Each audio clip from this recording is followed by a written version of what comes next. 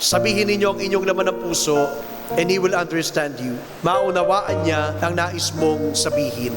Napakadaling lumapit sa Kanya. Sabihin mo yung nais mong sabihin. Banggitin mo ang laman ng iyong puso. Tibulong mo ang iyong mga hinaing.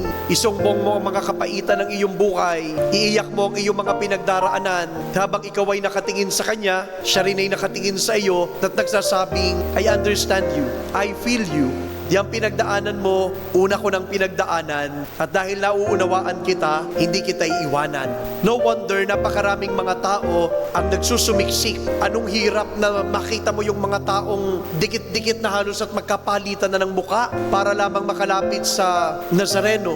Pero bagamat maraming nagke-question, lalo na yung mga ibang pananampalataya, you will never understand them hanggat hindi ka rin nakakaranas na ikaw ay makapagpasan ng napakabigat na krus sa iyong buhay.